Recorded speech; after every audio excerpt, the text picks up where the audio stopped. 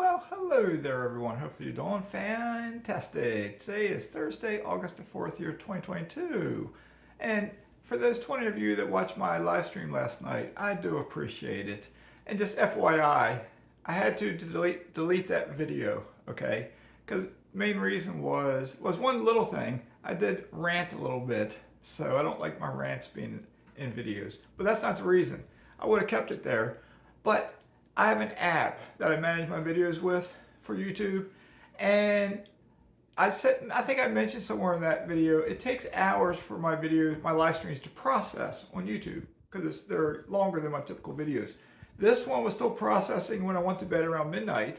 When I got up at 6:30ish, it was still processing, and by 8 or 9ish, it's still processing. And I use my phone for a lot of stuff. I had to use it, so I had to get it stopped.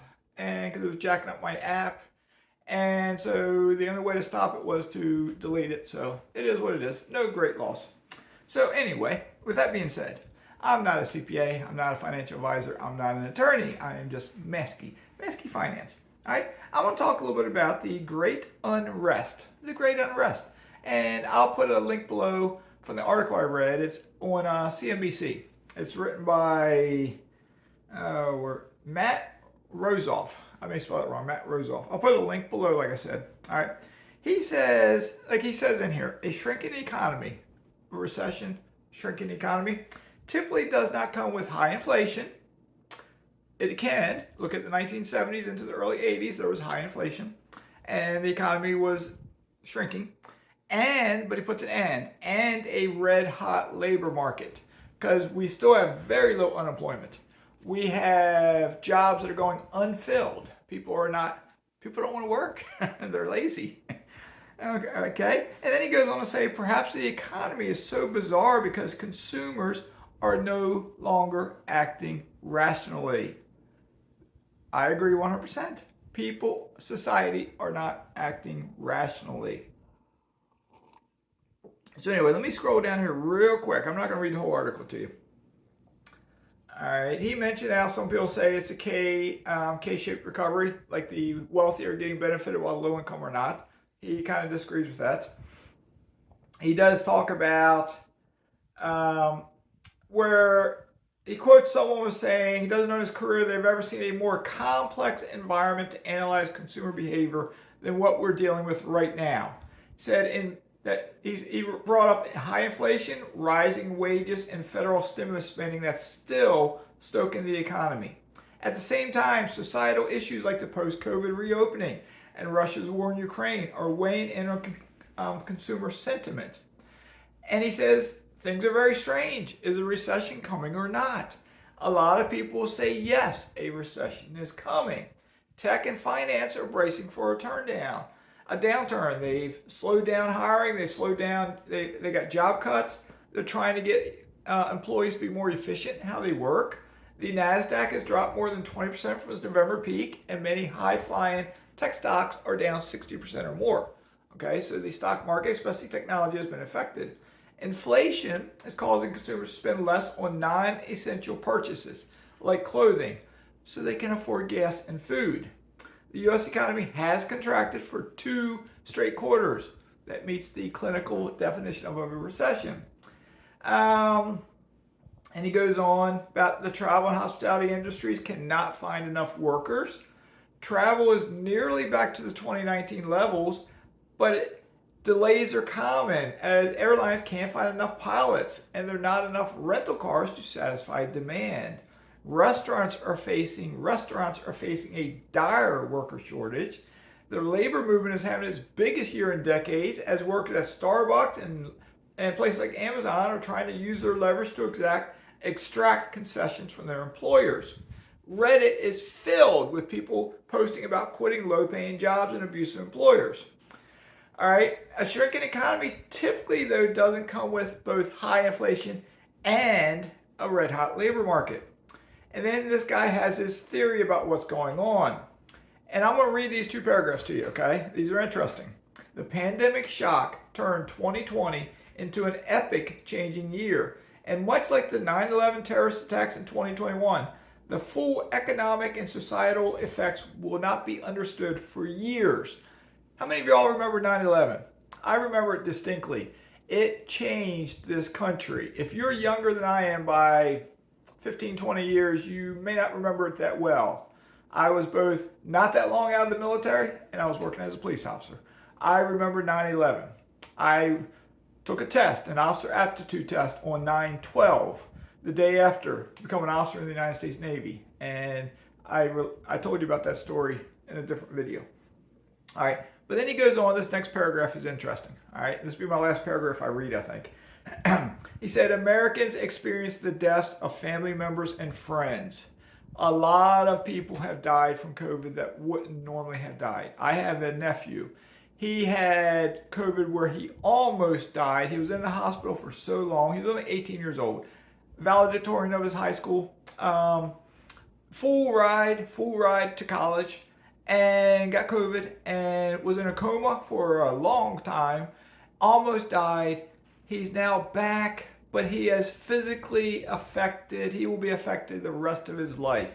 He will never recover 100%. There's damage to his body, okay, that they can't fix. And he's just one of many. You just don't hear people talking about that much. But there's person after person after person that's been affected like this.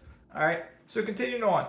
Americans experience the deaths of family members and friends, long-term isolation, the shutdown, job changes and losses, lingering illness, urban crime and property destruction, natural disasters, a presidential election that much of the losing party refuses to accept, and an invasion of Congress by an angry mob, all in under a year.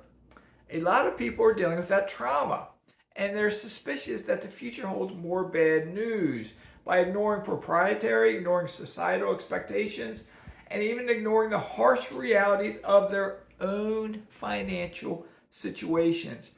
They're instead seizing the moment and following their whims. Consumers aren't acting rationally, and economists can't make sense of their behavior. And he calls it the Great Unrest. I'll put that as my subject. All right, and then he talks about how it could play out. I'm not going to get into all that. You can read this article for that.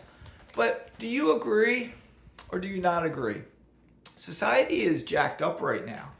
People are acting differently. I see it locally. I know of people who are struggling paycheck to paycheck. They don't have a lot of money, but they will splurge big time on something for an experience when they don't have the money to pay for it. My brain can't wrap around that.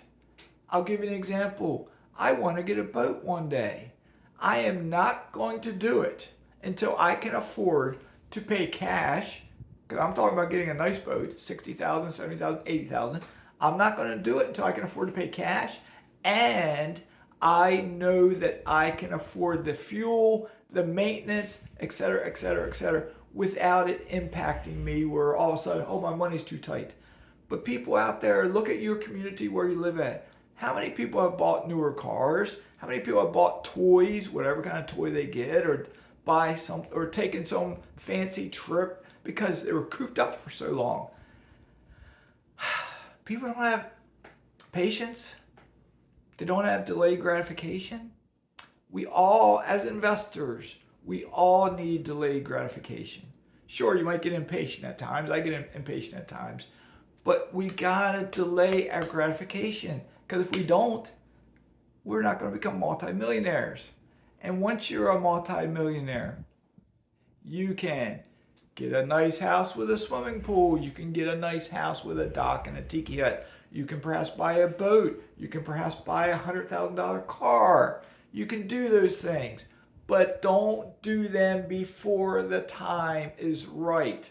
Become an investor. Stay frugal. Build your wealth. It compounds. Let it compound. Let it compound. And then eventually reward yourself. And when you reward yourself, you can do like I'm doing.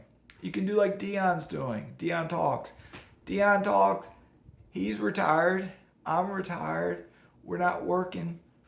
We can kind of do whatever we want. I get up. I find it. How many of you have a fish aquarium or something like that? I enjoy, like if I'm in a doctor's office or a dentist's office or someplace that has a fish aquarium, I like looking at the fish swimming in the aquarium. I every day now I walk right down there on my dock and I watch the fish swimming around. I'll see sometimes 20, 30 fish. I saw this morning, first time I've ever seen them. I saw 4 fish that were like 6 to 8 inches long that were blue with black vertical stripes. Very pretty. I see other fish, they're 18 inches, 24 inches long. I see little ones, I see medium-sized ones, I see all different sizes. A manatee was in the canal earlier. I didn't see him, but I heard about him. Other critters live in that water. It's fascinating. That's my therapy. I don't have an aquarium in my house. I got an aquarium in my backyard. As I always say, if I can do it, so can you.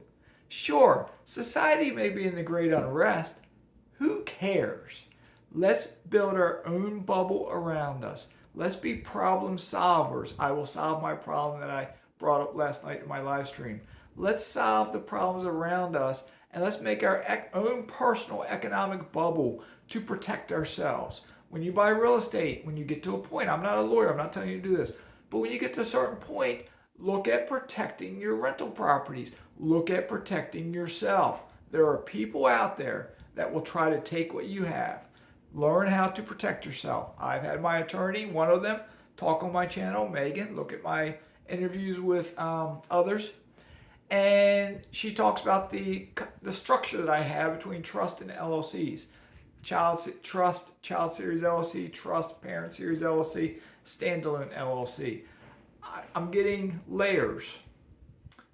Mazske does not want to own anything. Okay? I'm just Mazske. I'm just a peon. I'm just a little guy. But as I grow my wealth, and it takes time. It might take us several more years. But you'll see this channel fade out over time. I don't want you to know who I am. I don't want you to know where I'm living at. I plan to travel the world. All right. I'm going to be here. I'll be there. I'll be everywhere. Be like my attorney says, if someone ever tries to serve my attorney, and I have a team of attorneys, with a lawsuit on one of his clients, they have to personally serve him. They won't find him. He's here, there, and everywhere.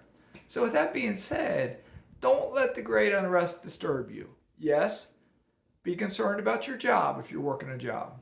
All right, because some jobs, especially if it's in technology, may get a little shaky. All right, but other jobs, you got the opportunity to grow.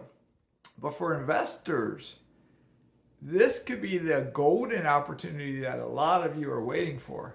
Because as society gets ruffled, if you're an investor, you can swoop in and find some better deals perhaps than you could find before. All right, so good luck to all of you. Get on that property ladder. If you're not there yet, what's holding you back? Get on that property ladder, one house at a time. Just start buying it. Like that book up there, Retire Early with Real Estate. All right? If I can do it, you can do it. So with that being said, Mazske is signing out.